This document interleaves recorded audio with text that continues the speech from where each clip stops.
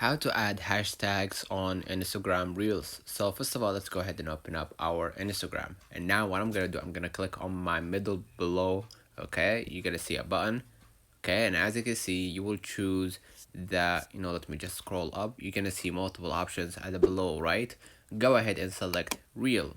Okay, now what I'm gonna do, I'm gonna select the video that I want to, proceed from it. So let's have, for example, this video. Okay, afterwards I'm gonna hit next again. Now what I'm gonna do, I'm gonna click the text at the top right here, and I'm gonna just simply click hashtag, and I'm gonna just type hashtag, and here it says you can add mentions and hashtag to your caption on the next screen. Okay, so just type whatever you want right here and hit done. Okay, go ahead and hit next again. Okay, and if you want to add more than one hashtag, go ahead right here and add hashtags that you prefer.